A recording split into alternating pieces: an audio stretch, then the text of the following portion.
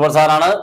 നമ്മുടെ ക്രിസ്മസ് എക്സാമിന് വന്ന കുട്ടികളെ ഒന്ന് വട്ടം കറക്കിയ ഒരു ചോദ്യമാണ് ഇതാണ് ഈ ബോർഡിൽ കിടക്കുന്നത്. സാധാരണ എല്ലാവർക്കും ഒത്തിരി കുഴപ്പമില്ലാതെ ഗ്രാഫുകളൊക്കെ പഠിച്ചുകൊണ്ട് പോയതാ. പക്ഷെ നമ്മൾ ഇങ്ങനത്തെ ഒരു ഗ്രാഫ് പ്രതീക്ഷിച്ചില്ല. അതുകൊണ്ട് തന്നെ പല കുട്ടികളും എഴുതാം എന്ന് പ്രതീക്ഷിച്ച ഒരു ക്വസ്റ്റിനെ മിക്കവാറും തെറ്റിച്ച് കാണാൻ സാധ്യതയുണ്ട്. ഇനിയിപ്പോൾ ഇങ്ങനത്തെ ഉള്ള കുറെ ക്വസ്റ്റ്യൻസുകളുടെ ആയിരിക്കും ഇനിയും വരാൻ പോകുന്നത്. ഇപ്പൊ നമുക്ക് ഇത് ആദ്യമായിട്ട് ഇങ്ങനെ ഒരു മാറ്റത്തോടു കൂടിയുള്ള ഒരു ഗ്രാഫിന്റെ ക്വസ്റ്റ്യൻ വരുന്നത്. ഇതിന് മുമ്പൊക്കെ ഉള്ളതൊക്കെ ഇതേപോലെ ഒരു സമയത്ത് ഇങ്ങനെ കയറി വന്ന പിന്നെ കുറെ ക്വസ്റ്റ്യൻസുകൾ ഇങ്ങനെ കുറെ നാളത്തേക്ക് വന്നിരുന്നു.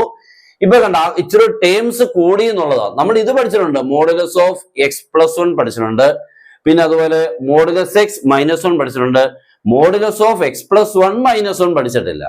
അവിടെയാണ് നമുക്ക് ഒരു വ്യത്യസ്തത. അപ്പൊ ഇതിന്റെ ഗ്രാഫ് എങ്ങനെയാണ് നമ്മൾ വരയ്ക്കുന്നത് എന്നുള്ളത് എല്ലാവരും ശ്രദ്ധിച്ചിരുന്നോളാം. നമ്മൾ ആദ്യം ഒരു x ആക്സിസും y ആക്സിസും ഒക്കെ അങ്ങ് ഡ്രോ ചെയ്യുക. ഓക്കെ, നല്ലതായിട്ട് അങ്ങോട്ട് ഡ്രോ ചെയ്യുക.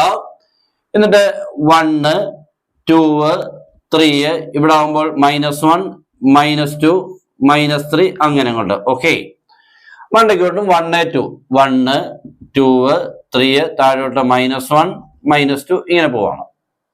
അപ്പൊ ഇതിന്റെ ഗ്രാഫ് നമുക്ക് ആദ്യം ഒന്ന് ഇങ്ങനെ പതുക്കെ തുടങ്ങാം. മോഡുലസ് ഓഫ് എക്സ്, മോഡുലസ് എക്സിന്റെ ഗ്രാഫ് നമുക്ക് ഇങ്ങനെയാണ്, വി ഷേപ്പാണ്. ഇങ്ങനെ വന്നിട്ട് ഇവിടെ വന്നിട്ട് ഇങ്ങനെ പോകും. ഇതാണ് മോഡുലസ് എക്സ്. ഒറിജിനിലാണ് മീറ്റ് ചെയ്യുന്നത്. ഇവിടുത്തെ ഒരു പ്രത്യേകത, ആ എക്സിന്റെ കൂടെ ഒരു 1 ആഡ് ചെയ്തു. ഇതിപ്പോ നമുക്ക് പ്രാക്ടിക്കൽ ബേസ്ഡ് ക്വസ്റ്റൻ ആണ്. നിങ്ങൾക്ക് ഇത് പ്രാക്ടിക്കൽ ബേസ്ഡ് ആയിട്ടുള്ള ക്വസ്റ്റൻ ആണ്. ഇത് പഠിക്കുന്നുണ്ട് നമുക്ക് +2-ൽ. പ്രാക്ടിക്കൽ പഠിക്കുമ്പോൾ ഇതേ ഗ്രാഫ് നമ്മൾ വരയ്ക്കുന്നുണ്ട്. അപ്പൊ അതുമായിട്ട് റിലേറ്റ് ചെയ്താണ് ഈ ക്വസ്റ്റൻ തന്നേക്കുന്നതെന്ന് അർത്ഥം. ഓക്കെ, അപ്പൊ അതുകൊണ്ട് ഉറപ്പിച്ചും ഇങ്ങനത്തെ ക്വസ്റ്റൻ പഠിച്ചോണം. പ്രാക്ടിക്കൽ ബേസ്ഡ് പ്രോബ്ലംസുകൾ ഇനിയും വരും.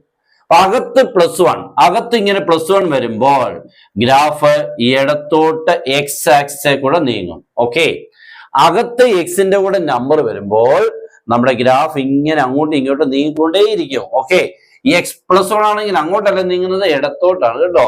ഇത് ഇതിപ്പോ x+1 ഇല്ലയോ ഗ്രാഫ്. അപ്പൊ ഇതായിരുന്നു നമ്മുടെ മോഡുലസ് എക്സിന്റെ ഗ്രാഫ്, ഇതായിരുന്നു അല്ലേ. ഇതാണ് നമ്മുടെ മോഡുലസ് എക്സ്.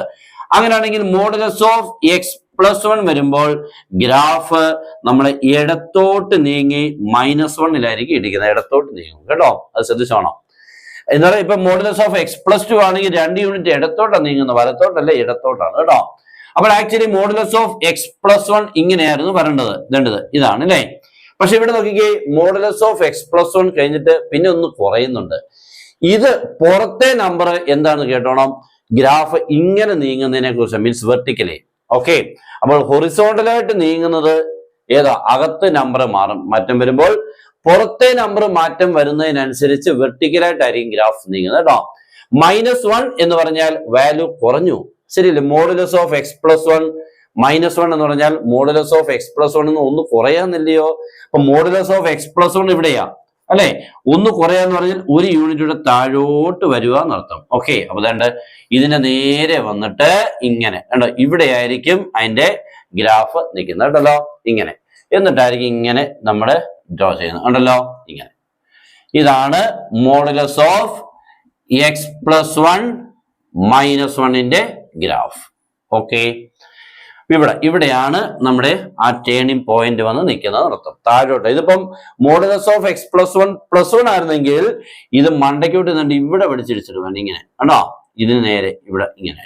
ഓക്കെ, അപ്പോൾ ഇങ്ങനെയൊക്കെയുള്ള വ്യത്യാസം ഇത് നമുക്ക് ഇപ്പൊ നമ്മുടെ പ്രാക്ടിക്കലി ഇത് പഠിക്കുന്നുണ്ട് കേട്ടോ. അപ്പോൾ നോക്കിക്കോണം, അകത്തെ നമ്പർ മാറുന്നതിനനുസരിച്ച് ഹൊറിസോണ്ടലായിട്ട് നീങ്ങും, പുറത്തെ നമ്പർ മാറുന്നതിനനുസരിച്ച് വെർട്ടിക്കലായിട്ട് ഗ്രാഫ് നീങ്ങും. ഓക്കെ, ഇതിപ്പോ കണ്ടോ, x+1 -1 എന്ന് പറയുമ്പോൾ x+1 ഇതായിരുന്നു, -1 ഉള്ളതുകൊണ്ട് താഴോട്ട് 1 യൂണിറ്റ് കുറയണമെന്ന് അർത്ഥം കണ്ടോ. -1 -2 ആണെങ്കിൽ 1 യൂണിറ്റ് ഇവിടെ കുറഞ്ഞ് 2 ചെന്നേനെ, ഇവിടെ എത്തിയേനെ കേട്ടോ, ഇവിടെ വന്നേനെ. ഇതാണ് പണി. ഓക്കെ ആണല്ലോ. അപ്പൊ ഇത്രയേ ഉള്ളൂ ഇതിന്റെ ഗ്രാഫ്. നിങ്ങൾക്ക് ഏകദേശം മനസ്സിലായെന്ന് വിശ്വസിക്കുന്നു. മനസ്സിലായെങ്കിൽ ഒന്ന് ലൈക്ക് ചെയ്തേക്കണം, മാക്സിമം ഷെയർ ചെയ്തേക്കണം. പിന്നെ നമ്മുടെ ക്ലാസ് ഉണ്ട്, ജോയിൻ ചെയ്യാം. നിങ്ങൾക്ക് വേണ്ട റിവിഷൻ ക്ലാസ്സസും കിട്ടും, ഫുൾ ചാപ്റ്റേഴ്സിന്റെ ക്ലാസ്സും കിട്ടും കേട്ടല്ലോ. ജോയിൻ ചെയ്യാൻ താഴെ തന്നുള്ള നമ്പറിൽ നിങ്ങൾ കോൺടാക്ട് ചെയ്യാം. മാത്സിനെ പിന്നെ പേടിക്കേണ്ട ആവശ്യമേ ഇല്ല. ഓക്കെ, എക്സ്ട്രാ ക്വസ്റ്റ്യൻസുകളെല്ലാം തന്നുകൊണ്ടായിരിക്കും. പിന്നെ ഇതിന്റെ ഡൊമൈൻ റേഞ്ച് നോക്കിക്കാൻ പിന്നെ what is the domain. Domain ഒക്കെ എന്താണ്? Capital set of all real numbers. Range, what is range? Range എന്ന് പറഞ്ഞാൽ നമ്മുടെ ഈ ഗ്രാഫ് എവിടെയാണോ ഏറ്റവും താഴെ വന്നേക്കുന്നുണ്ട് ഇവിടെയാണ് അല്ലേ. എന്ന് പറഞ്ഞാൽ എവിടെ നിന്നിട്ടാ -1 നേരെ, പിന്നെ അങ്ങോട്ട് മണ്ടയ്ക്കോട്ട് ഗ്രാഫ് പോയേക്കണോ, മണ്ടയ്ക്കോട്ട് പോയേക്കും അല്ലേ. ഫോർ -1 to infinity ഇതാണ് നമ്മുടെ റേഞ്ച്. ഓക്കെ, റേഞ്ച് എന്ന് പറഞ്ഞാൽ എപ്പോഴും y ആക്സിസ് എന്ന് കിട്ടുന്നതാണ് എന്ത് റേഞ്ച്. ഡൊമൈൻ എന്ന് പറഞ്ഞാൽ x ആക്സിസ്. ഇവിടെ നോക്കിക്കേ -∞ തൊട്ട് +∞ വരെ, അതാണ് set of all real numbers. Range എന്ന് പറഞ്ഞാൽ അരമനെ -1 to infinity. ഓക്കെ ആണല്ലോ. അപ്പോൾ ഇതേപോലെ നമ്മൾ മിക്ക ക്വസ്റ്റ്യൻസുകളും ഇതേപോലെ നിങ്ങൾക്ക് ചെയ്തു തരും. നിങ്ങളെല്ലാം ഇരുന്ന് കാണുക, എഴുതിയെടുക്കുക. ഇതേപോലെയുള്ള പുതിയ ക്വസ്റ്റ്യൻസുകൾ ഇനി പഠിക്കണം, അല്ലെ ഇത് മാത്രമാവരുത് കേട്ടോ. ഓക്കെ, എല്ലാവർക്കും നന്നായിട്ട് പഠിക്കാനുള്ള മനസ്സുണ്ടാവട്ടെ എന്ന് ഞാൻ പ്രാർത്ഥിക്കുന്നു. Good bye.